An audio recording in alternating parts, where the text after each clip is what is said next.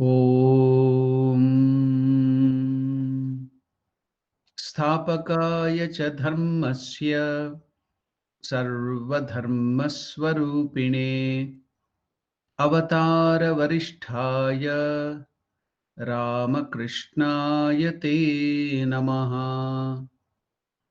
Namaskar to all of you. Welcome to the study of Great Master Sri Ramakrishna. Yesterday we were looking into one of the songs in which Sri Ramakrishna used to sing and explain it. Let me go through that song because again Sri Ramakrishna will take up that song and want to give us some message. Okay. Oh, brother, persist joyfully. You will succeed gradually. What went wrong will all be set right. Anka was saved, Banka was saved. Anka and Banka were very great sinners. So, in spite of their sinning and sinful life, because they surrendered to God, they were saved. And the butcher Sujan was saved. Teaching the parrot, the prostitute was saved. So was saved Mirabai. Having the wealth and treasure of the world, the trader still drives the bullock. When misfortune overtakes him, no trace of all these will be left. Have such deep devotion in your mind, give up hypocrisy and craftiness. The king of the line of Raghu will be attained. King of the line of Raghus is Raghottama, that is Lord Ramachandra, will be attained easily by virtue of service, worship, and surrender. Then Sri Ramakrishna, after repeating this song, he used to say, his service, worship, and surrender, humility, everything will be achieved if one has faith and adheres to these things. The Lord's direct vision is certain, but if one gives these up, all progress stops. What are these? His worship, service, and surrender, humility. Then Ramakrishna gives the example of a person. There was a man who had a job, and with considerable difficulty, he saved some money like little by little. One day, counting, he found that there was a saving of 1,000 rupees. He was at once beside himself with joy and thought, why should I be in service anymore? There's already a saving of 1,000 rupees. What more is necessary?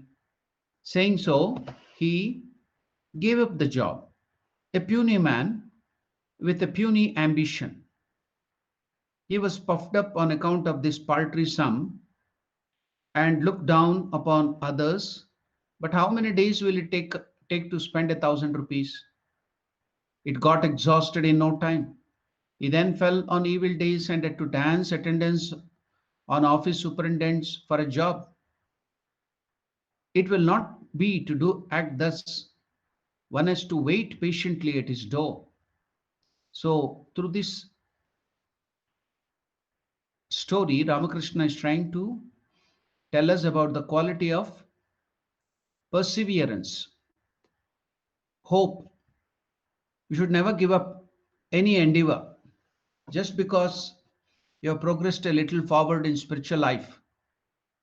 You should not give up.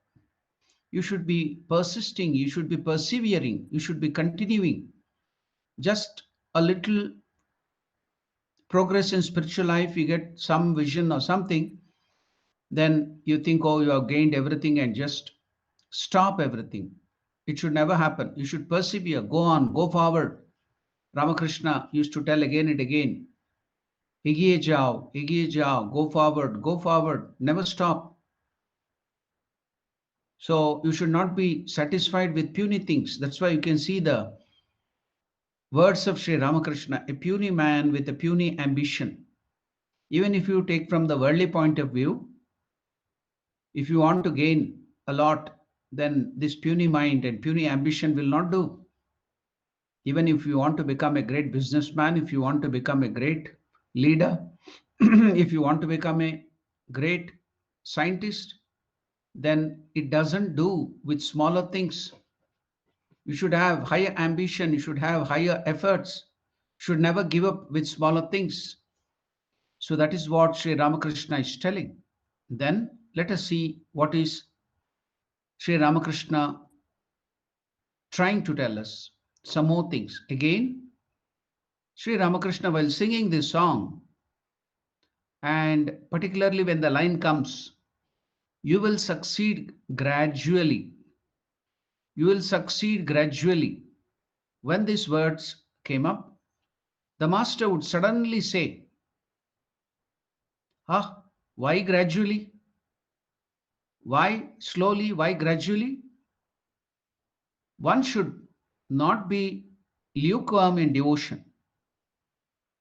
So there should be intensity also in your spiritual life. You should not be having lukewarm effort. The effort should be intense.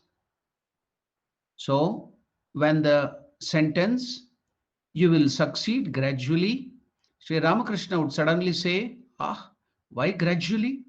One should not be lukewarm in devotion. One should have a burning faith in one's heart. In the first part, Sri Ramakrishna is telling us about perseverance, putting the effort again and again, trying, never give up, whatever may be the condition, whether adverse condition or good condition, or you have got some vision, don't stop there. Go on putting the effort. Don't work for those visions. Your goal should be clear. These visions, these smaller things are just only a signboard. Suppose you are going some 1,000-kilometer journey and you see a signpost there. Another 900-kilometer is your destination. Okay, you are going to Cape Town or Johannesburg, or you're going to Durban, or you're going to Delhi or Bombay or Bangalore, wherever. Now, that thousands of kilometers, in between you get a signboard, another 1,000 kilometer, another 900 kilometers. So will you be very happy and stop there at that itself? Oh, my destination is another 9. So the name of the destination is there. So I stop my journey and get down from the vehicle. Is it? No. That's only a signboard. You have to continue until you reach the destination, until you realize God, until you become one. You yourself realize that you are of the nature of Parabrahma Swarupa. So you should never give up. And the first portion is persevere, persevere, try again, don't stop. With little progress, egiye jao, go forward, go forward. That is the message. Try hard. The second message Sri Ramakrishna is telling is, you will succeed gradually. When that line came up, the master would suddenly say, ah, why gradually? One should not be lukewarm in devotion. So you should never be satisfied with little things. You should have intense devotion. Try, go forward, go forward. One should have a burning faith. Okay, one or the other day, fine day, I'm going to get realization. Let me sleep. Let me be happy. Let me rest. No, no resting. Intense devotion. Do the sadhana, whatever. Maybe if you can't do japa, do meditation. If you can't do meditation, read the books, Shravana, hear the lectures, Manana, cogitate on them, go on writing whatever you have heard, put it in the form of notes. Then Nididhyasana, so Vedantic meditation. Then if you can't do that, then go and see some movies or some dramas pertaining to the life of a saint, great saint. or you can see Ramayana, you can see Mahabharata, whereby you will be again inspired. Then if you can't do that, go and do some satsanga, great people, great personalities who have gone forward in spiritual life. So don't give up. Be trying. Do something. The Lord will see your heart. Then you will see how sincere you are. And then He will get compassion on you and lift you up. So never give up. Your devotion should not be lukewarm.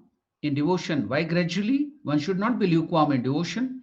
One should have a burning faith. These are the words of Sri Ramakrishna. I'm just repeating the words of Sri Ramakrishna. Why gradually? One should not be lukewarm in devotion. One should have a burning faith in one's heart and feeling the urge. Realization must come right now. Realization must come right now. I must see Him this very moment. Can half-hearted devotion help one to realize Him? Can half-hearted devotion help one realize Him? So we used to, as children, hear about the story of the race, running race of the competition of the tortoise and the rabbit. So the tortoise was steadily moving. It can't move fast. The rabbit was too overconfident, so it wanted to rest nicely. Anyhow, I'm going to win. The tortoise cannot compete with me. So it took rest and it slept very long. It couldn't wake up. And by that time, the tortoise had reached the end line. So it won the race. The tortoise won the race. So the message was slow and steady wins the race. Slow and steady wins the race. That's very good. Slow and steady wins the race. I have seen that is very, very important. But I used to always ask in my mind, okay, that's good. Slow and steady wins the race. Even fast and steady also can win the race. Why should it be only slow and steady? Why can't we be fast and steady too? Now that is what Ramakrishna is conveying here. Realization must come right now. One should have a burning faith in one's heart and feel the urge. Realization must come right now. I must see the Lord this very moment. Can half-hearted devotion help one to realize God? So that urge to realize God should be so strong. Can we have time to go and quarrel with people? Do we have the luxury of wasting our time in paltry things and petty things, quarrels in the house, fighting with our neighbors, fighting with our kith and kin? Where is the time? The time is too short. My life is too short. What am I doing to realize God? So these are the burning questions which should be in our heart. Then we have to progress forward.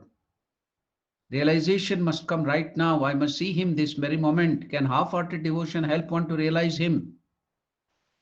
Whenever we looked at Sri Ramakrishna, Shardanandaji Maharaj is telling, we felt that he was the very embodiment of spiritual moods, bhava, spiritual moods, embodiment, personality, personification, image of spiritual moods. Bhavarajyika Chakravarti. Bhavarajya, the kingdom of the spiritual moods. He was the emperor of it. So Shardanandaji Maharaj is telling, we felt that Sri Ramakrishna was the very embodiment of spiritual moods. We felt that we saw his form because spiritual moods had. We felt that we saw his form because spiritual moods had, as it were, consolidated themselves into that form of his. Now, we were hearing to the question somebody raised. We don't get inspiration when we see Ramakrishna as a avatar or a great person. Yes, he may be a saint, but as avatar or great person, we don't get any feeling like that. Because our conception of God and goddesses are very paltry, very puny. Because from our childhood, our parents, our neighbors, everybody teaches God means a boon giving mission or a bhaya giving mission. That's why you should see that God should have so many weapons. God should have so many, what do you call, one hand like this, one hand like this. So then only we think that you should have so many ornaments, gold ornaments. You should have diamonds. You should have kaustubha mani. You should have golden apparel, cloths, then ring, karnakundala. So you should have some bigger things. Then we feel that, oh, he is real God. So when Swami Vivekananda had told that, yes, our religion, our Upanishads have told Matrudevo Bhava, Pitrudevo Bhava, Atiti Devo Bhava, Acharya Devo Bhava. Let your mother be your God. Let your father be your God. Let Acharya, the Guru, be your God. Let the Atithi who comes to your house be God. I will add some more. Swami Vivekananda used to tell, I will add some more to this list. Dina Devo Bhava, people who are meek and lowly, let them be your God. Daridra Devo Bhava, let the poor be your God. Rogi Devo Bhava, let the diseased be your God. Dalita Devo Bhava, let the people who are downtrodden, who have been trampled upon and pushed down as low caste people or lowly people, let them be your God. So these were the words which Swami Vivekananda had given. Let them be your God, because in everybody that same Lord exists. But our some of the people, when we used to tell Dina Devo Bhava, Swami Vivekananda has told Rogi Devo Bhava, they used to tell, how can they be God? Can those poor people give us vara, boon? So their idea is God means he should be giving the boon. He has no other work. He should be always having his hand like this and giving the boon. So no other work for the God, only giving boon. So we want God only to be a means to an end. We don't want God. We only want God because he gives boon. We will get something from him. We are so selfish. Okay, in the beginning, when we are like children in the spiritual life, all that is okay. But when you grow up in spiritual life, should you be having the same attitude? Should you not go forward? Should you be there in the nursery all the time? So that's why Vivekananda used to tell, you should be born in a church, should never die in a church. You should go forward in spiritual life. So that is what is expected. So here the people generally think, oh, God means he should be giving boon, he should be giving something to us. He's just only a means to an end. Just like when I used to tell one of the student in our institution there in Bangalore had put a T-shirt on which it was written, "My father is my ATM." So father means they have the idea all-time money. He should be giving money to you whenever you ask. Then only his father. Otherwise, if he's not providing money, he's not fit to be a father. Then, okay, as small children, this concept is good. Then the mother and the other people should bring in, our elders should bring in the idea, what is the real aspect of a father? Then mother means, what is your idea of mother? So service giving mission. She should be always serving you, providing you coffee, bed coffee, providing you food, washing your clothes, giving you all the things, milk at the time, putting you the uniform, sending you to the school. The moment you come from back from the office or the school, serving you. So service giving mission. Likewise, we have the idea God means vara or boon giving mission. A very, just like as Ramakrishna told, puny idea and puny ambition. So we have that puny things. So, okay, in the beginning, when we are young children, we can have those things in spiritual life, but we have to grow. Should we be in the nursery? Should we be in the first grade all through our life? Should we not grow in spiritual life? Then, as you grow on, as you come up in spiritual life, then you see what is God. So why there are so many gods and goddesses? So the Lord, the original thing, that is the Parabrahma Swarupa, the highest, Nirakara Nirguda, because you cannot understand what is formlessness, what is attributelessness, which is beyond everything, the senses, beyond the mind, beyond the thought, beyond time, space, and causation. You can't understand it. It's very, very high. That you are, that is your nature, that is the God. And that's why gods take so many forms, so many attributes, so that you can understand it and come up. Even if you come to the level of so many gods and goddesses, they are ideals, principles, and other good qualities personified.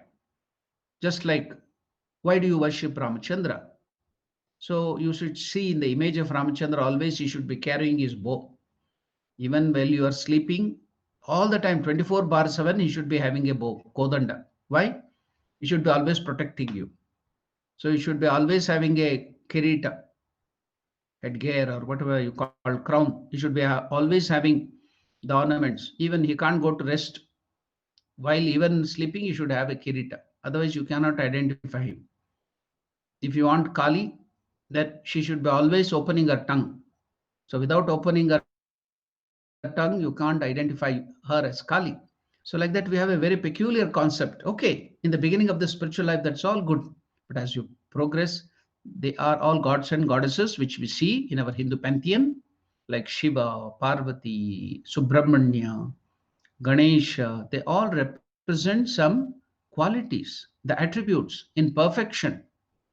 So for us to emulate, for us to move forward, we have to take up those qualities. When you meditate upon that gods and goddesses, all those qualities will come to us, that wealth will come to us, and we grow to that level. And from there, like a springboard, they will project us to still higher and higher stages in evolution in spiritual life. And finally, we realize that we are of the nature of that is infinite, Satchit, Ananda, Parabrahma Swarupa, the highest Godhead, that is beyond form, beyond attribute.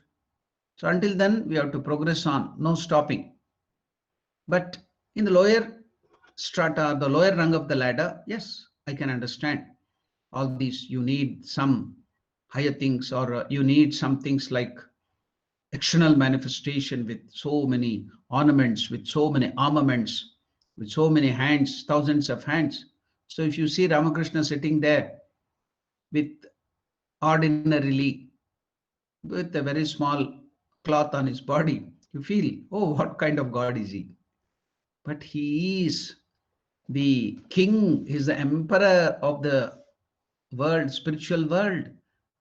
He is the personification of so many ideals. All the gods, as I told you, stand for certain ideal. Rama for Satyavakya Paripalaka, Ekapatti Vratasta, Praja Samrakshaka, what do you call Madhurabhashi, Prathamabhashi, Ganesha, Matrubhakta, Brahmacharya. So Ramakrishna in his life, he took up all those attributes and perfected them. That's why all principle, all ideals of all gods and goddesses in perfection, he bought into his personality. He inculcated all those things into his personality. That's why he's called Sarvadeva Devi Swarupa. What is the meaning of Sarvadeva Devi Swarupa? All the ideals, all the attributes which the lords represent, different gods and goddesses. He manifested that in his own personality. He realized all those things in his own life. So he's the personification of all these moods, of all those attributes, and going beyond those attributes. So it doesn't need any weapons to be shown outside, any ornaments on his body, any external beauty. Even the Lord of the Cupid, Manmata, Kamadeva, is the most beautiful person if you want external beauty, but he is not worshipped as God. It's not the external beauty, it is the internal beauty, the qualities, the internal quality, which is the real true aspect of spirituality. spiritual life. So you can see here, Sharadanandaji Maharaj is explaining. Whenever we looked at Sri Ramakrishna, we felt that he was the embodiment of spiritual moods. So all the spiritual moods, wherever, whatever, whichever part of this universe is, he had realized that he was the emperor of all these spiritual moods. Want devotion? It's there in him. What want gnana? He was in that samadhi for 6 months continuously, 12 years of intense spiritual practices. Just like Shiva is always sitting in meditation. Then 6 years he didn't sleep continuously, just meditating and doing sadhana, no food. He never got up. He was just like a sthanu sitting there. What is the intense spiritual practices he has done? Realized so many gods and goddesses. All the gods and goddesses merged in him. So he was the embodiment of all spiritual moods. We felt that Sharadanandaji Maharaj is telling, we felt that we saw his form because spiritual moods had, as it were, consolidated themselves into the form of his. We saw his form because all the spiritual moods, as it were, consolidated themselves, concentrated into that form of his. We talk glibly, like children, of physical changes taking place simultaneously with the changes of mental moods, but come across only a little of such phenomena. Have you seen in any saint, in anybody, in such a way? At the most, one saint can take up one mood, and all his life he had to struggle to gain that. Have you seen one personality, one person realizing all the truths, all these different gods and goddesses, the bhava, the tantras, the devotional scriptures, the gnana marga, the yoga marga, the hatha yoga, everything until now, what were there from the starting of the human life up till now, and also giving much more than that. Has anybody done that? We see the external form and come to conclusion. So we talk glibly of physical changes taking place simultaneously with the changes of mental moods, but come across only a little of such phenomena. But we could not imagine even in a dream that the surge of mental moods, could bring about so much of changes in the body, as in the case of Sri Ramakrishna. In Nirvikalpa Samadhi, Sri Ramakrishna's eye consciousness disappeared totally, and along with it, his pulse, his heartbeat, etc., also stopped simultaneously. Mahendralal Sarkar, one of the greatest popular physician of that time, Mahendralal Sarkar and other doctors examined him with the help of the instruments and found no sign of functioning of his heart. The examination took place in our presence. Mahendralal Sarkar, when Ramakrishna was in Samadhi, Nirvikalpa Samadhi, with the instrument available at that time, maybe stethoscope, sphygmomanometer or barometer, which is used to measure the BP, blood pressure, the pulses, heartbeat. So with all those instruments, the doctor, one of the famous doctor of that time, Mahendralal Sarkar, he examined Sri Ramakrishna's body in front of all of us. Sharadanandaji Maharaj is telling, this examination took place in our presence when Sri Ramakrishna was staying in the house at Shampukur in Calcutta for the treatment of the disease in his throat. So Mahendralal Sarkar and other doctors examined him with the help of all the instruments and found no sign of the functioning of his heart. Not satisfied with that, his friend, another doctor, went further and touched with his finger the master's eyeballs. Now Ramakrishna was sitting in Samadhi with eyes open, deeply merged, no sense of eye consciousness. So he wanted to test. Then, okay, heart is not functioning, BP is not there, nothing is functioning. So he wanted to test further. He put his finger into the eyeball, touched. Suppose something comes near, immediately my eyes wink, the eyelids immediately. There is a reflex action to protect my eyes. So he put his fingers into the eyeball of Sri Ramakrishna and touched it. There was no function of the eyelids. So he tested in all the ways. So another doctor, the friend of Mahendra Lal Sarkar, not satisfied with all these tests with the instruments, went further and touched with his finger the master's eyeball and found it insensitive to touch like that of a dead man. At the time of practicing Sakhi Bhava, like the friend of Divine Mother, Sakhi Bhava, the master continuously meditated on himself. The master continuously meditated upon himself as the woman servant of Sri Krishna and became so much identified with that idea that womanly behavior, woman's mode of standing, walking, sitting, talking, etc., became naturally manifested in his body. So much so that Mathurnath and others, who were his constant companions, mistook him on many occasions for a woman guest. It was in Mathurnath's house that Sri Ramakrishna practiced Sakhi Bhava, like that of a friend of Radha, friend of Divine Mother, or the gopis of Vrindavan. So with that attitude, when Ramakrishna was practicing that, in that Sakhi Bhava, just like that of a woman, his whole body, his whole feature had changed, the attitude of like that of a woman.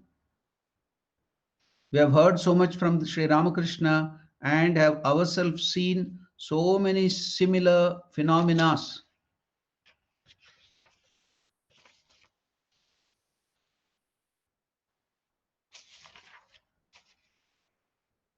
that we feel the loss of modern psychology and physiology, so far considered to be conclusive, have to be re-enunciated. Will people believe these occurrences even if they are told? But the most striking thing we have seen in him was his power of roaming everywhere in the realm of ideas, his power of understanding all ideas, great or small, of all persons, of a boy or an adult, of a monk or a householder, of a devotee or a Vedantin, of a man or a woman, his power of grasping the inner thoughts and sentiments of each spiritual aspirant, of knowing how far he had advanced in the realm of spirituality, what path he had adopted, what his current needs were for taking him further along his own line of progress, and what is most important, his wonderful power of prescribing just the course that was needed and suitable for his progress in spiritual life.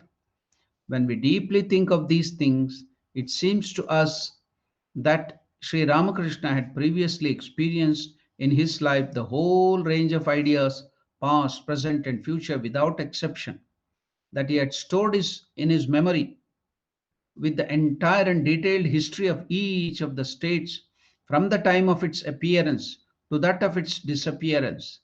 And that it was owing to this fact that whenever anyone came and told him of his mental state, he could grasp and understand it by comparing it with what was stored up in his mind and give the appropriate prescription then and there. This was his rule in everything. When anyone came to him as a humble inquirer, confronted with and inextricably involved in extremely trying situations like worldly attachment, worldly turmoil, or the persistence of some ideas or emotions contrary to the pursuit of renunciation and other spiritual values, Sri Ramakrishna would invariably give him the proper direction and by way of encouragement tell him of his own experiences under similar condition. He would say, "My child, such and such events came to pass then, and I adopted such and such means." It is needless to add that a great hope filled the inquirer's heart when the master said so, and with much faith and perseverance, he went forward along the path specified by Sri Ramakrishna. That was not all. He felt how great Sri Ramakrishna's love for him was when he saw him confiding his heart's secret to him. One or two examples will make this clear. A promising son of Manimohan Malik of Sinduria Party, Calcutta, died. No sooner had he performed the ceremonies connected with the cremation than Manimohan came to Master saluting Sri Ramakrishna. So you should know that the intense pain when a living being experiences, the intense sorrow when somebody is a small child, and child in the sense of 4 or 5 years, when he needs, when you are a small baby of 2 years or 1 year, you cannot feel anything because you are so small. But when you grow up to the year of 5 or 6, then the need, the guidance of father and mother is very much felt. So at that time, when the child is of the age of 5 or 6, and the mother or the father dies, or the parents die and he becomes an orphan, so the pain felt by the child is so intense, that is one of the highest feeling of pain. The other equally higher or highest feeling of pain is in your young age, when you got married. In the young age, you lose your young wife or young husband, they die, then that is also felt, the intense pang, the pain is felt too much. Then when you have the children, the children are growing up, they have come to the age of the childhood, maybe 5 or 6, then the mother or father loses his child. That is also very intense pain will be felt by that living being. And another intense pain, which is told by in our Shastra, that a living being will experience is when the person has become old, in his old age. If he loses his son or daughter who has come up to the age of youth. So when the person becomes old, in his old age, if he loses his son or daughter who has now come to the age of a youth, who he needs to support. So if that person dies, so then too, the pain will be too intense. The pangs of pain inside the heart of that person will be very, very intense. Now, here you can see Manimohan Malik of Sinduria Party, Calcutta. His promising son, in the old age of that Manimohan Malik, or the advanced age, his promising son, who was doing very well, he was highly educated, and he was about to take up the role of looking after his parents. So at that time, that son died. No sooner had he performed the ceremonies connected with the cremation than Manimohan came to Sri Ramakrishna, because he has to confide or pour out his feeling of pain. So saluting Sri Ramakrishna, he sat with a heavy heart in the corner of the room. He sat with a heavy heart because his promising son, a grown-up son, has died. Now he has become old. He was about to take the responsibility of the father and support him all through his life. Now such a promising son has passed away, and he is feeling intense pain. The pain of losing the son is so intense. There is another story of Ramayana when Rama shot that Ramabana, the arrow Ramabana. Ramabana was so sure to kill or destroy anybody. So Ravana was killed. We all know that. Finally, in the end of the war, recently it was Vijayadashmi. On that day, Ravana was killed by Rama. So after that, after his death, Lakshmana went and examined the body of Ravana. So every bones, because he was Dashanana, so strong, even all the small letter gods like Indra, Chandra, Vayu, Varuna were like his servants. He had made them to be the steps while climbing to his throne. All Shani, all the grahas, Navagrahas, Surya, Chandra, Vayu, Agni, everybody were made to sleep like steps to his throne while he's climbing up and climbing down. All these gods and goddesses were not goddesses, gods that Indra, Chandra, Vayu, Varuna were made to be the steps for him to climb up and climb down. So such was the power.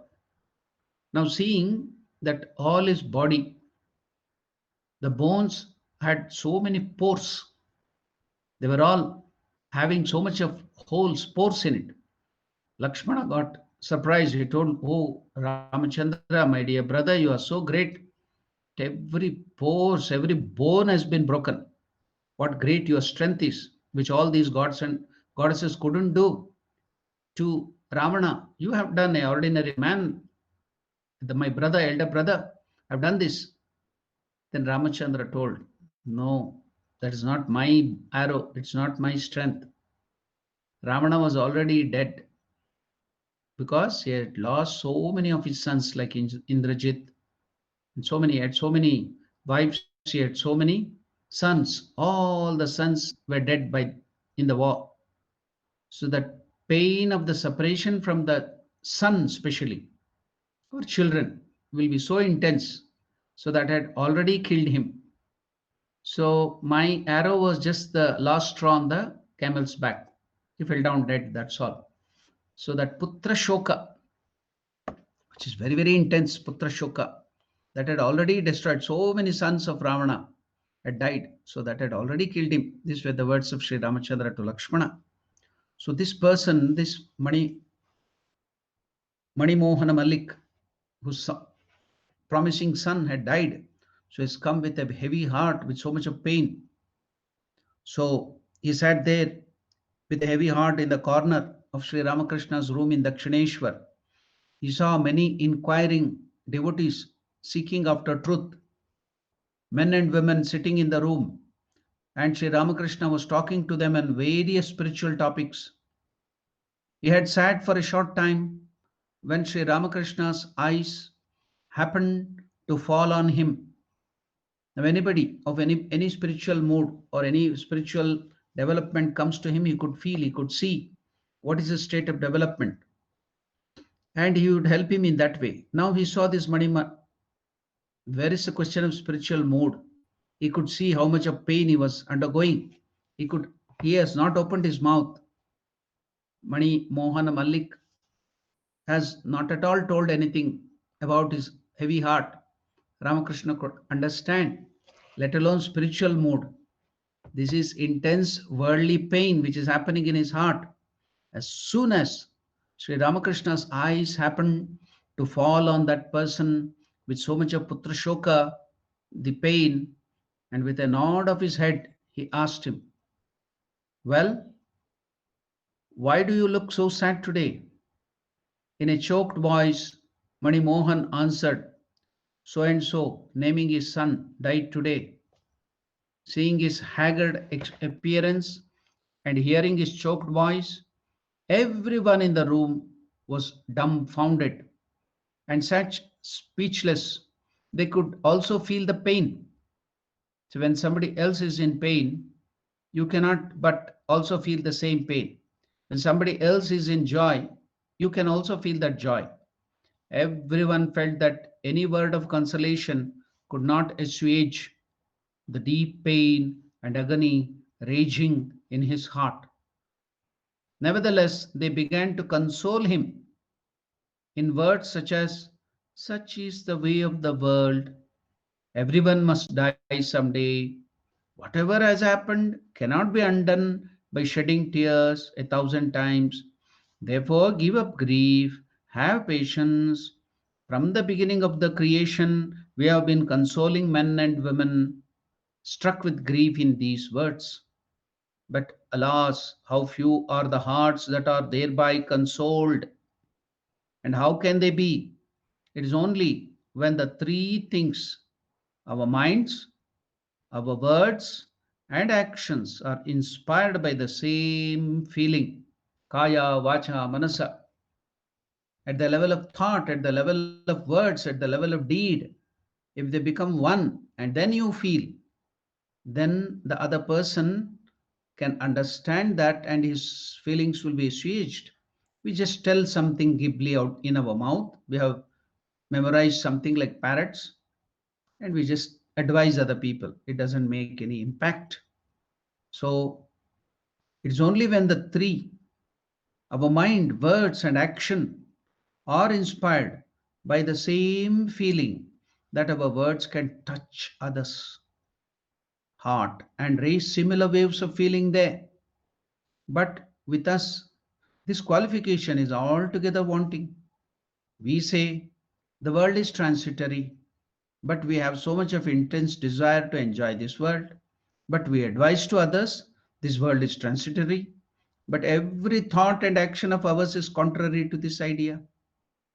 Though we advise others to consider this world to be transitory like a dream, we always regard it in our heart of hearts as eternal and make arrangements for living here forever.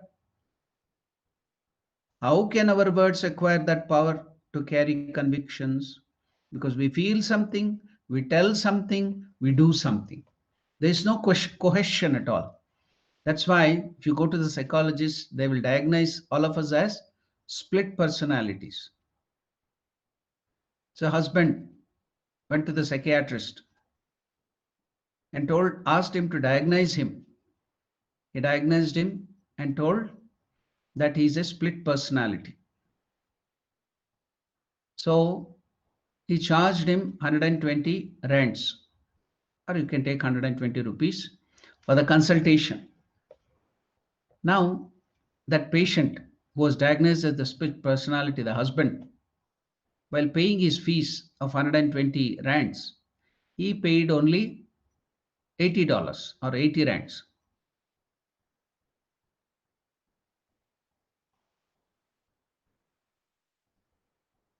Sorry, not 80, 60.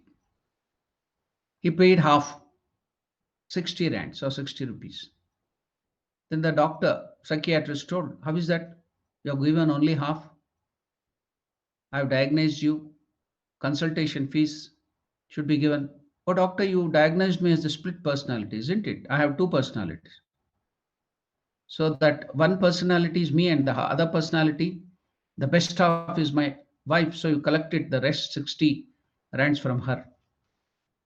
So I have twin personality, split personality.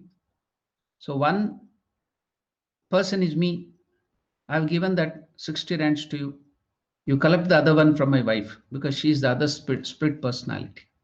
Means in the sense, the other half of mine, he thought that wife and husband are the same thing.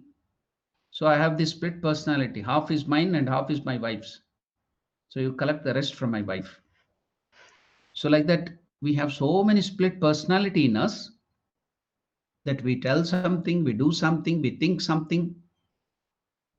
So when you join all the three things together, your thought, your deed, and your speech, then your word will make an impact. So we say that world is transitory, but every thought and action of ours is contrary to this idea.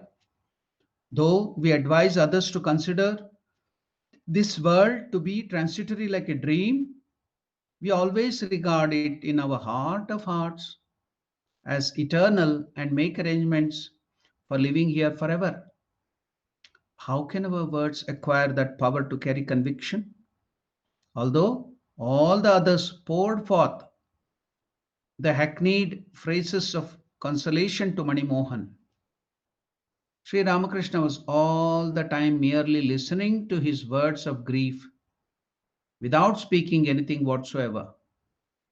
When they saw that indifferent moods of his, some were surprised and thought how hard, how devoid of compassion Sri Ramakrishna his heart was. He's not at all reacting in any way. How hard is his heart? He's not at all trying to console him. He's just sitting there like a stone. As Sri Ramakrishna was listening to the words of the old man Mani Mohan Malik, Sri Ramakrishna gradually passed into ecstasy, a state of divine semi consciousness, suddenly with the stance and energy of a wrestler. Suddenly, with the stance and energy of a wrestler, he stood up, he struck his left arm. You know, the wrestlers before fighting in India, that is the Indian way. You don't find in the Greco-Roman wrestling or the other types of wrestling in other parts of the country. But in India, the wrestlers before fighting, while they are inviting the other wrestler to fight, they will keep their hands like this and they will, that is the invitation, and they will do like this. So that is the way of inviting the other person. See, I have so much of strength in my arms, come to fight with me. And also they will beat their thighs like this, like this. So that is the way the Indian wrestlers invite. So Ramakrishna is now having the stance of a wrestler. He stood up in divine semi-conscious state. He gradually passed into ecstasy, stood up and state of divine semi-consciousness. Suddenly, with the stance and energy of a wrestler, he struck his left arm. I showed you just now, demonstrated it. He struck his left arm just below the shoulders with the palm of his right hand, stood up and began singing with an unprecedented vigor. Oh man, prepare yourself. Oh man, prepare yourself for the battle, battle of the life. Oh man, prepare yourself for the battle. There, see death entering your house in battle array. There, you see death entering your house in battle array. Therefore, ride on the chariot of great virtues. Ride on the chariot of great virtues. Harness to it the two horses of devotion and spiritual practices. Harness to it the two horses of devotion and spiritual practices. Stretch the bow of knowledge and set the unfailing arrow of love of God. Listen, there is another plan of good strategy. All your enemies can be killed without a chariot or a charioteer. If Dasharati means the son of Dasharatha is called Dasharati, Sri Ramachandra, that is God. All the enemies can be killed without a chariot or a charioteer if Dasharati takes the field on the bank of the Bhagirathi.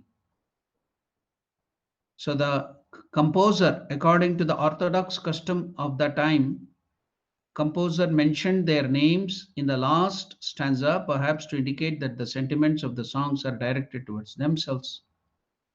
So if Dasharati takes the field on the bank of Bhagirathi, the tune of the song, expressing great vigor and appropriate gesture, coupled with the spirit of heroic renunciation and strength coursing from Sri Ramakrishna's eyes, produced in the hearts of all a current of wonderful hope and energy.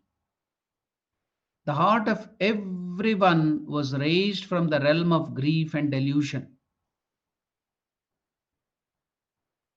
and filled with a wonderful divine bliss. which was beyond the senses and beyond the world. Manmohan Malik was suffering from the pangs of pain of his loss of his son. He too felt in it. He too felt it in his heart. Forgetting the agonizing grief, he was now calm, grave, and in perfect peace. The song came to an end, but the few words constituting it, sung in the manner described above, generated waves of spirituality which filled the room for a long time and were palpably felt like a presence by all. Just his thought was enough to fill the whole room, and everybody's heart raised all everybody who was there to such a higher plane of spirituality that everyone's heart, the pain left. There was no pain in anybody's, and the heaviest pain, the intensest pain of the separation from the child, his son, Mani Mohan Malik, he too felt that. All his pain was gone. The song came to an end, but the few words constituting it, sung in the manner described above, for a long time, and were palpably felt like a presence by all. All were still being lost entirely in that spiritual mood, which seemed to declare, it is God alone who is our own. It is God alone who is our own. We have to offer our heart and life to Him. It is God alone who is our own. We have to offer our heart and life to Him. May He bestow His compassion on us and reveal Himself to us. When the Master's ecstasy came to an end, a little later, he sat by the side of Manmohan and said, Ah, what burning pain is there on earth which can compare with the grief of the death of a son? Now Ramakrishna started coming down to the plane, to the level of, first he raised the heart, his mind, his consciousness to a higher level. Then he came down to his level, then started showing that compassion to him. He came and sat by the side of Manmohan. Ramakrishna came and sat by the side of Manmohan and said, Ah, what burning pain is there on earth which can compare with the grief of the death of a son? A son is born of this sheath body. A son is born of this sheath, isn't he? So his relation with the body persists as long as as long as this body lasts, the relationship persists.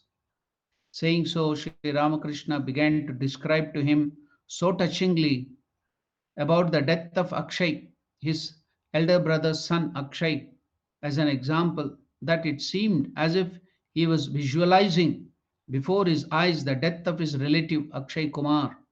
He said, Akshay died. I felt nothing at the time. I was standing and was witnessing how man dies. I saw there was, as it were, a sword in a sheath. We all know the sword is kept in a sheath, scabbard. I saw there was, as it were, a sword in a sheath, and the sword was being drawn out of it. When Akshay Kumar was passing away, I could see the death. The sword was not at all affected. The Atman, the soul, came out of it like the sword taken out of the scabbard. The sword was not at all affected. It remained as it was, and the sheath lay there. I felt great joy to see it. I laughed and sang and danced.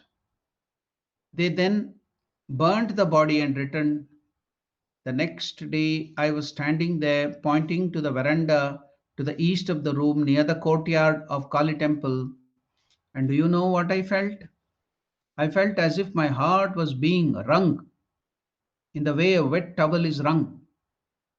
My heart was feeling for Akshay Kumar like that. I thought, Divine Mother, that is Kali.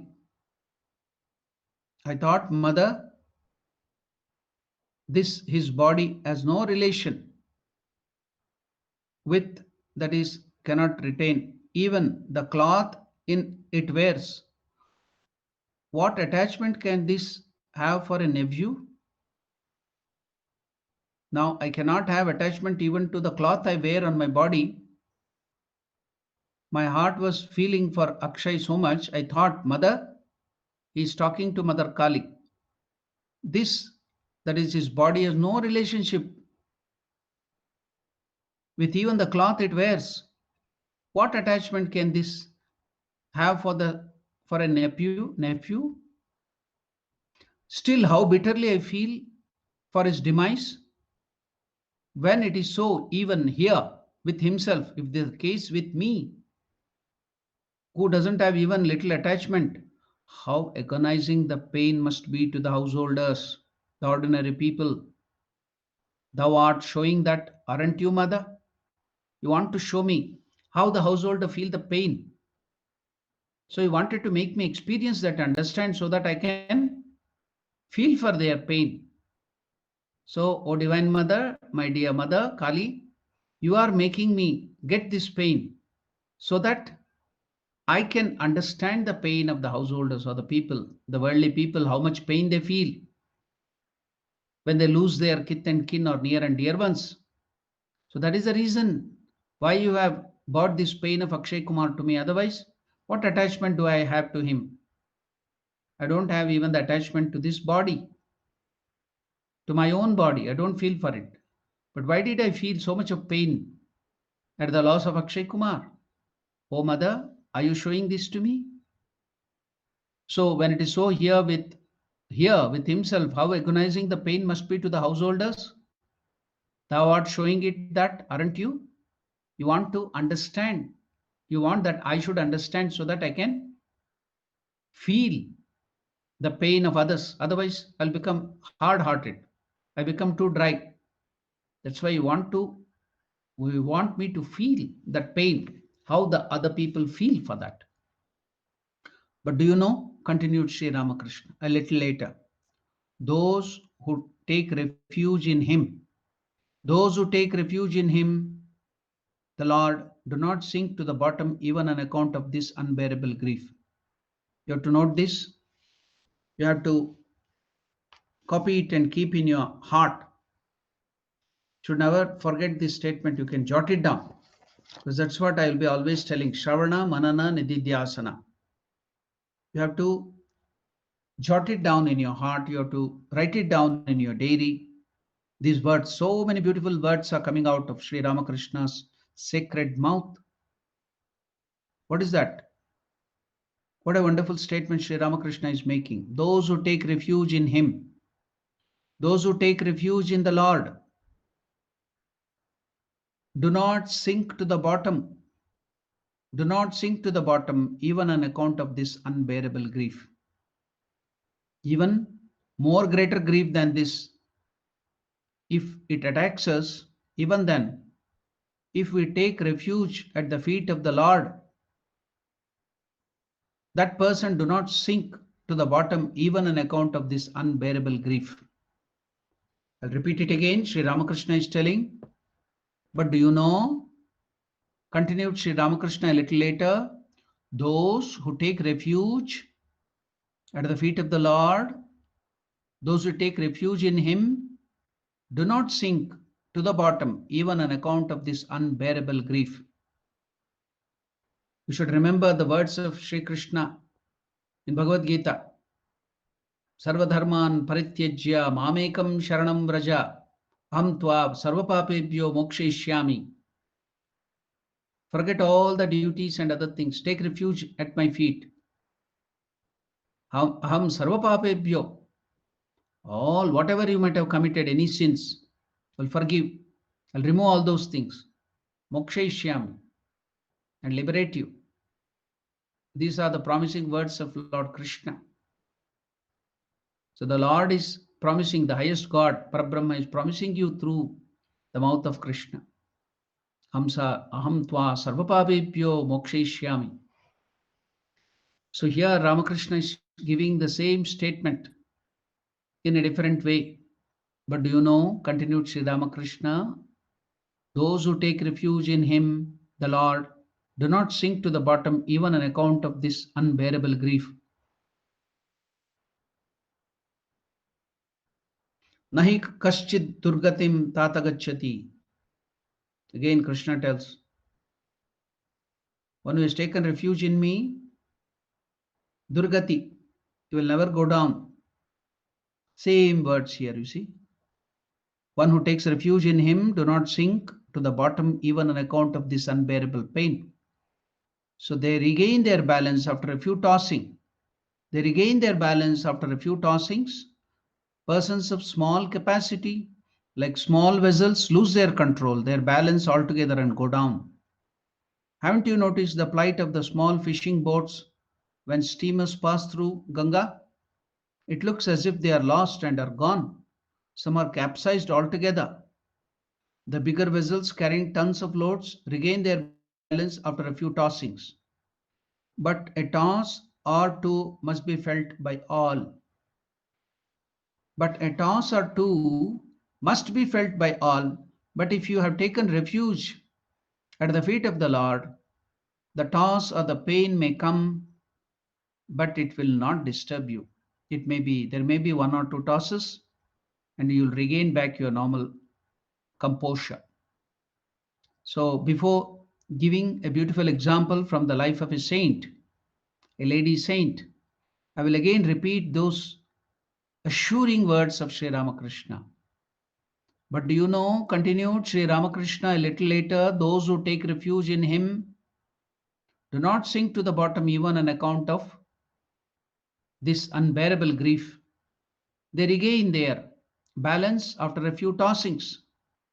Persons of small capacity, like small vessels, lose their control, their balance altogether and go down. Haven't you noticed the plight of small fishing boats when steamers pass through Ganga? It looks as if they are lost and are gone. Some are capsized altogether. The bigger vessels carrying tons of load regain their balance after a few tossings. But a toss or two, must be felt by all. Everybody, whether you are a very high soul, you'll feel one or two tosses. But since you have taken refuge at the feet of the Lord, you can overcome that. You will come out of it easily. But if you have not taken the refuge, then you cannot come out of it. When I just wanted to give that example, one wonderful example, but before that, something came into my mind. That was, there is one institution in Mysore, about 120 kilometers from Bangalore. Ramakrishna Ashrama is running. A wonderful, very famous, very popular in that area, especially in Karnataka. The name of that institution, it's a school, college, come hostel, residential college, school and college, both are there. So people queue themselves up to come and get admission there. It's very difficult to get admission. It's very popular there in Karnataka. So now many students come out successful and they reach very great heights in their field of education or whatever they come up. Wonderful training is given, especially all-round development is taken care of there, whatever might be there.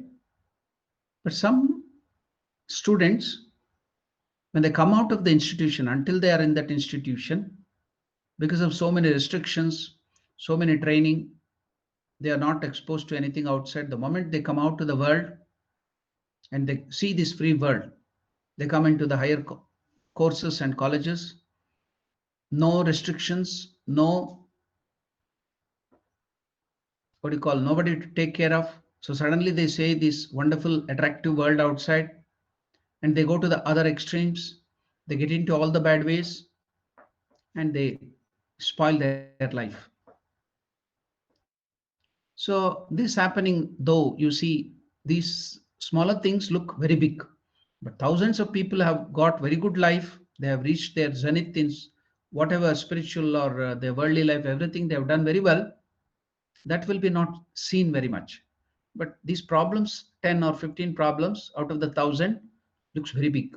And they tell, see, while they stay there, they are all suppressed, all the desires and other things, they are made to stay inside, and they don't. The moment they come out, the suppression is gone, and they just go like the spring which has been suppressed all the times, and they go to the other extremes, they spoil their life. At that time, I had to give them the answer that was asked to me in a public gathering in the question and answer session. It was asked to me, what do you tell about that, Swamiji? Then I took up the issue and answered them. One more parent had asked me in the same manner. He studied in our institution, and it is popular that all the people who study there, they will become engineers, doctors, and that and these, so much of this thing, special officers they become. But my son never came up. He never became a great doctor or an engineer or something like that. He became a very ordinary person. Why did it happen to my son? So asked this question in the public meeting. So I had to defend our institution. Otherwise, I would have consoled him and kept, because it was if he was alone asking me. But he asked this in the public gathering. So I have to defend the institution. Then I had to tell him, my dear friend, suppose you give me the neem seed, the bitter neem seed, and grow a tree out of it. I can make a neem tree, a better neem tree. If you give me a seed of a bitter gourd, our institution can grow that into a very healthy bitter gourd tree, and very big bitter gourds and very high quality bitter gourds can be grown and given to you. Suppose you give me a neem tree and want us to make a jackfruit tree or a mango tree or a fig tree. Is it possible? So what the seed you give is also very important. You have given the son who has limited capacities. You have trained him up to a certain level. And then we have to take up, you are the parents, we have to take your responsibility and train them and make them go to higher this thing. So out of the 1,000 people, 3/4 of them, 75%, 80% of them succeed. They become wonderful personalities. Yes, some failures. If you put the seed to the ground, some thousands seeds of rice is put to the field there to grow the paddy. Not all the seeds will sprout. 20% is lost. So should we worry about the lost 20%, or should we worry about the growth of the 80%? So it is what the seed you have given, we may make a better plant out of it, a better tree out of it. But if you give me the neem seed, and you expect that I should make a mango tree or a fig tree, it doesn't happen. And secondly, one more thing which I stressed was, because they've studied in that good institution, yes, because of the inner urge in them, the bad nature in them, when they get the freedom, they go to the extremes and spoil their life. But if they were not in that institution, they would have not got a chance to come back to correct themselves. But since they are trained in that institution, the samskaras, the impressions are already there in them. Now they can correct themselves, even though they have gone to the other ends, spoiled their life, gone out of the way. But there are sure chances for them to come back to the normalcy. But if they were not in that training and institution, with all that qualities given to them in the form of samskaras, would have never seen them coming out. And is there any guarantee that if they were outside, not coming to the institution, they would be perfect and they would have not spoiled? They would have got spoiled already by this time.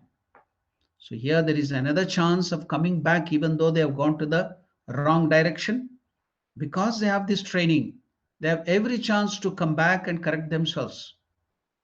That's why Swami Vivekananda used to tell, if a person with ideal commits 10,000 mistakes, if a person with ideal commits 10,000 mistakes, a person without any ideal in his life may commit 50,000 mistakes. Which is better, to commit 10,000 mistakes or 50,000 mistakes? It is better to commit 10,000 mistakes than 50,000 mistakes. So always have an ideal. So that is what we give, the ideal. And according to the nature, inner nature of that person, he grows. So we give only the ideal. But if a person with the ideal commits 10,000 mistakes, a person without ideal may commit 50,000 mistakes. What is better, to commit 50,000 or 10,000? So that is a statement of Swami Vivekananda. So there is every chances, because we have kept that higher ideal in front of him, for him to come back. So there will be tosses in life. But if you have faith in God, intense faith in God, there is an ideal in front of you, then the tossing, the difficulties, the grief which you have undergone will not destroy you, will not make you sink. There will be one or two tosses, and then it will normalize. That's why have an ideal in your life. Now I told you, I'll give you another example. If you have faith in God, how you can come back to normalcy, how you can overcome all that grief. We have heard about a great lady saint in the Sufi traditions, especially in Iraq. Her name was Rabia al-Adabiya. In Iraq, she lived long back, maybe some 200 or 200 years back. Her life story is very popular. Her teachings are very popular. So many people would come to her thinking that she was a great saint. She was married. She had two children. So it so happened the two children who had grown to the age of youth, maybe one was 17, another 21. They had gone to their field or garden, whatever, agricultural field, to work. The husband had gone to another different direction in another field. He was working there. These two children were working in another field. So there was severe thunderstorm and there was a lightning which struck, and these two grown-up children, because of the lightning, they died. So the dead body after the striking of the lightning was brought back to the house. This is the mother. Rabia al-Adabiya is the mother of those two children. She saw the dead body. They were brought and they were all crying. All the people, they told, see, this happened. What a bad fate. Then immediately she composed herself. She told, now I want to prepare my husband to overcome the grief. He will be much more grieved. Because I have intense faith in God, I can overcome this grief as a mother. But what will happen to my husband? He may not overcome. So I want to prepare him for this pain, the grief. So you all keep this body inside that closed room, lock it, and then you please go away. I don't need any what do you call, compassion from you or any consolation from you. I can compose myself. Please do not cry and make a scene here. You can all go back to your house. I want to prepare my husband for this death, for this grief. So as instructed, they all went away, kept that body inside a room and went away. The husband came in the evening after all the work. Now she started talking to the husband. My dear husband, she was so composed. She was so controlled. She was balanced. Losing her two children, she was not at all deterred. She talked to the husband and told, my dear husband, I am now facing a small confusion. What is that confusion? My dear wife, what is the problem? They call you a saint, the lady saint of Iraq, and they revere you. They come to get so much of advice from you. All people, they respect you. What is that haunting you? What is the problem that I have to solve? See, long back, about 15 years or 20 years back, our neighbor, the old neighbor was there. was going to this pilgrimage of Makkah and Medina. You know that distance is too far, thousands of kilometers. On the way, there may be thieves and robbers to rob him. So he gave all the two valuable diamonds or jewels which he had to me for safekeeping, so that I can safely keep it. So that old man, the neighbor, told, if he comes back after the pilgrimage, because I'm already old, if I die on the pilgrimage, nothing to worry, you can keep those two ornaments, the jewels, the diamonds, costly diamonds. Or else if I come back, you can give it to me. I agreed. Now we had gone since 20 years. He had not come back. Now after 20 years of pilgrimage, because in those days they had to walk long distances, and he has come back now and he is asking for the two jewels he had given. Now I'm in a confusion.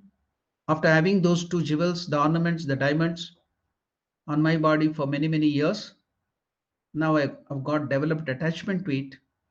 Now I don't feel like giving it back to the neighbor. What do you tell? What's your advice? Then the husband got angry. Told, what kind of a saint are you? They call you the saint, the lady saint of Iraq, and you can't solve this small problem. This is very simple thing which even ordinary man like me can understand. It belongs to him. He's given it for safekeeping, and you told that you will be returning it back. Yes, come after 20 years, give it back. What is there that it is such a hard thing that you can't do, you can't understand? Give it back quickly. Then the wife told, yes, I'm waiting for a piece of advice from you. I'm waiting for you. Please come. Both of us will join together and give that two jewels, the finest jewels, back to the owner. Yes, we shall do that. Quickly, we have to do that. You should not further delay it. Then she opened the door and showed the two dead bodies of their children. Showed these were the two diamonds, the jewels given by the Lord 20 years back to us for safekeeping. You should know the words of those saints, all the children. They belong to God. He is the true father and mother.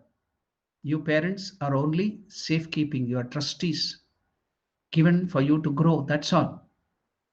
See what an attitude of that lady. Mother is telling the Lord has given these two children for safekeeping, to look after. Now the Lord, the owner of that children, have come back the jewels and asking me to give back. Now both of us will join together and give it to the owner, the real owner, the Lord. Come. She prepared the husband in such a way. He was wonderstruck. The husband told, okay, I'm a father. I'm a man. My heart will not so be soft. I can withstand this difficulty. Now you have prepared me, but how you, being a mother, could withstand the death of your such grown-up children, the youth? What's your mettle? What's your heart? What is the strength? Many people asked her, how could you do that? How could you withstand the difficulty? Then the reply of that great lady was, if you have intense faith in God, if you have faith in God, even worst problems will not be a problem. You can withstand any more, even more difficulty. What the life gives you, you can withstand that if you have faith in God. This was the statement of that great lady, Rabia al-Adawiya. It happened to her. It's not somebody else's. Very easy to advise to others when you don't feel that pain. But that was her. How she could prepare the husband. You can see what her faith in God was, what her mind was, how composed it was. How did she get it? She herself answers. Even more worst calamities, even more worse difficulties, tossings of life can be withstood, can be controlled if you have faith in God. Intense faith in God is the answer. That's what Sri Ramakrishna has told. So we will conclude this wonderful teaching of Sri Ramakrishna, which is so wonderful, practical. So that's what Vivekananda used to tell. Ramakrishna has made it so simple and practical. The highest practical Vedanta is given in such simple word. Very difficult to understand Vedanta, the Upanishad. We don't understand anything, head and tail. But it's so simple that even a common man, even the uneducated man, the simplest man can understand it. Let's go back to those words of Sri Ramakrishna. But do you know, continued Sri Ramakrishna a little later, those who take refuge in the Lord do not sink to the bottom even on account of such unbearable grief. They regain their balance after a few tossings. But persons of small capacity, like small vessels, lose their control, lose their balance altogether, and go down. Haven't you noticed the plight of the small fishing boats? When steamers or the big ships pass through the Ganga, it looks as if they are lost and are gone. They're capsized. Some are capsized altogether. The bigger vessels carrying tons of loads regain their balance after a few tossings. Who are the bigger vessels? Who are the smaller vessels? Those who have faith in God are the strong and bigger vessels. There may be tossings, they can regain back the balance. But a toss or two will be felt by everybody. Whether you are the greatest saint, realized soul, anybody, the difficulties will come. You will feel the toss, you will feel the difficulty. But a toss or two must be felt by all. But if you have intense faith in God, you can recover. Nothing will be a problem to you. You can recover. Everything can be brought to normalcy. So the important thing is faith in God. Have an ideal, have an ideal, have an idea, higher ideal in life.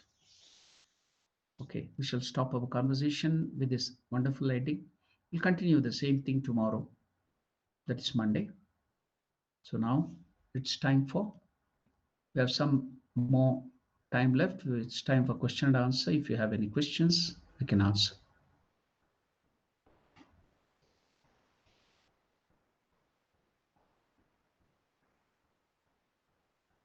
Any questions? Any doubt? Maharaj. Yes, Madhusudan, please tell. I have two questions, Maharaj. Please continue. First question, Maharaj. So we are all very mediocre when it comes to spiritual practices, Maharaj. How to get that intensity? Because intensity is very much required to progress. Yeah. And whatever, how hard we try, I think it's quite difficult to get the intensity that is required. Yeah. How to get the intensity? I will answer that first. Now I will answer that. You can ask me the next question afterwards. The first question, the answer to that, how to get the intensity. Suppose you know a person, some person.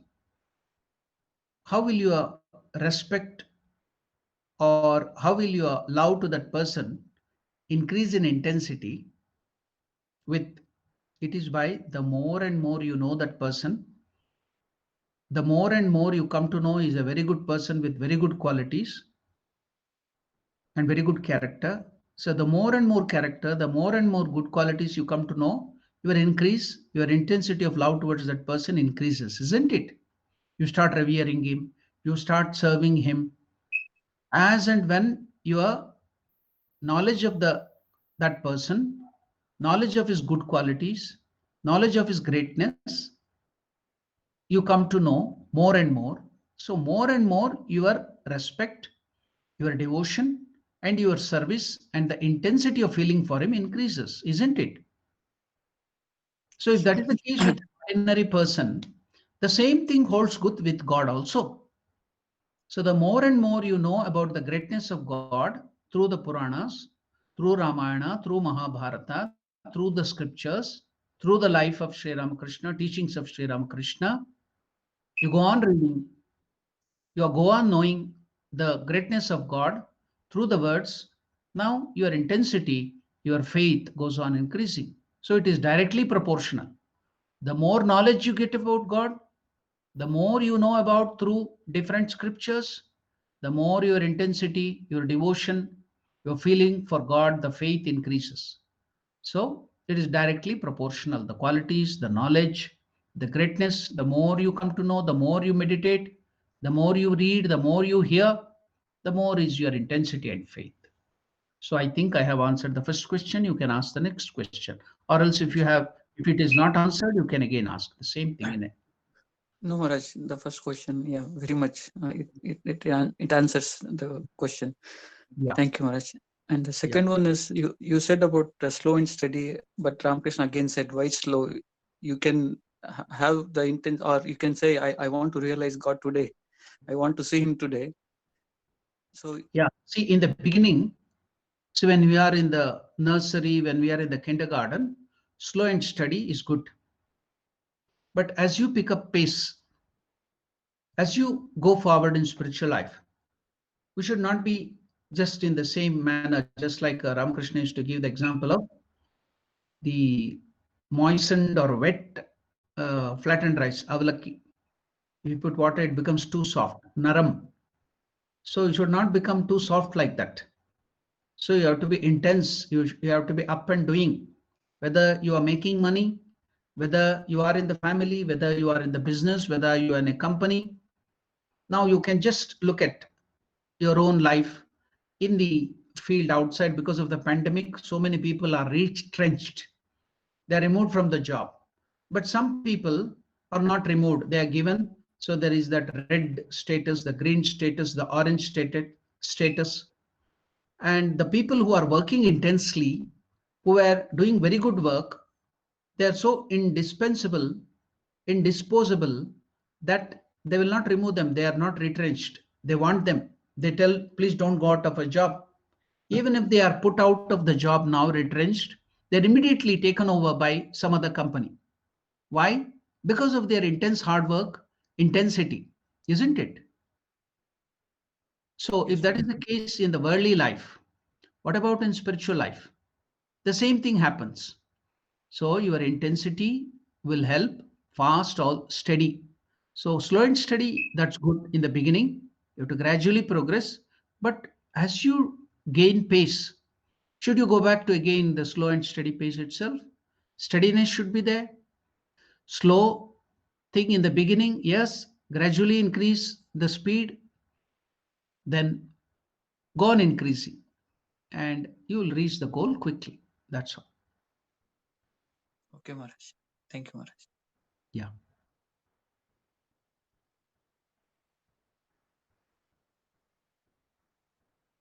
Any other questions? Any other doubts?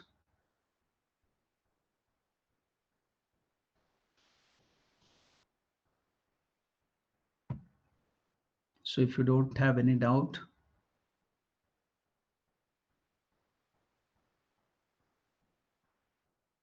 or if you have no questions,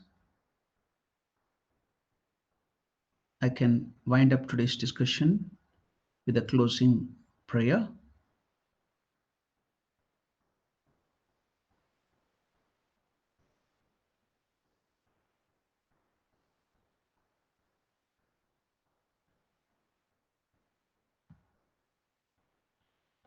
Okay, now we shall conclude with the prayer. Om Priyatam Pundarikakshah Sarvayagneshwaro Harihi Tasmin Tushte Prenite Prenitam Jagat Harihi Om Tat Sat Shri Ramakrishna Arpanamastu.